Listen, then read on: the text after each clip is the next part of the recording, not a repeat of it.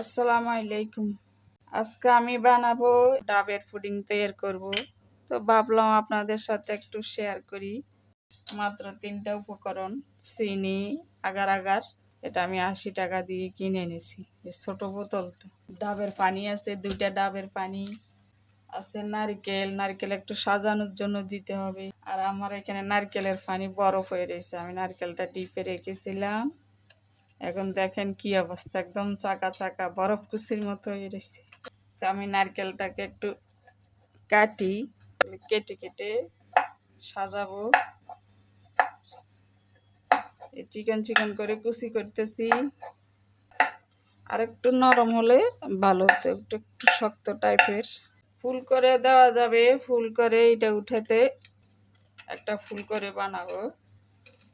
দেখি, আমি চেষ্টা করি, আমি কিন্তু অত পারদর্শী নাই পুডিং টুডিং তৈরি করাই, তারপরে চেষ্টা করি।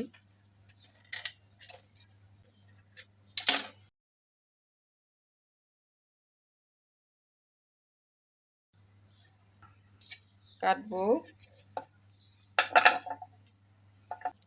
আমার এত ছোট ছোট কাটার, বিভিন্ন কাটার শেপের কাটারগুলা।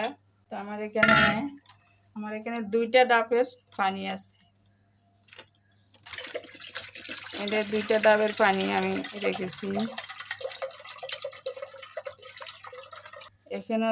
এখানে এগুলো ওই যে বললাম বরফ হয়ে রয়েছে, এগুলো নারকেলের পানি, সবগুলা দিয়ে দেব। তো আমি এখানে 2 চামচ চিনি দিয়ে 1 চামচ চিনি। আমি চুলাই দেখা নাই, কারণ আমার ক্যামেরার সমস্যা মোবাইলের, এই জন্য। এখানে সব একসাথে চিনি 2 চামচ, 2 চামচ দিয়ে দিলাম, আর একটুখানি আছে। ভালো করে গুলে এখন চুলায় তুলে দিব। আর এখানে আমি যে পাত্রে করব, এই পাত্রটাতে একটু তেল দিয়ে দিচ্ছি, তেল ব্রাশ করে দিই। ইচ্ছা করলে বাটার দিতে পারেন, কারণ এটা আমার প্লাস্টিকের, কাঁচের হলে তেল লাগে না। এখন ঘন ঘন নাড়তে হবে। বলক এসে গেছে, আর বেশিক্ষণ নাড়াচাড়া করা লাগবে না। আর একটু ঘন হয়ে আসলে নামিয়ে ফেলবো।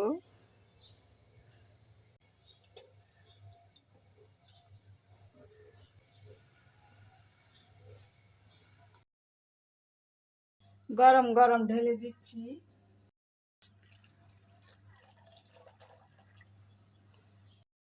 নারকেল কুচিগুলো আর একটু দিয়ে উপরে উঠে গেছে।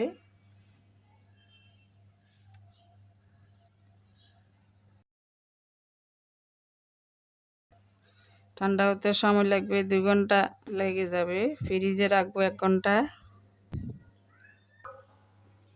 2 ঘন্টা হলো, একদম সুন্দরভাবে বসে গেলে এটা।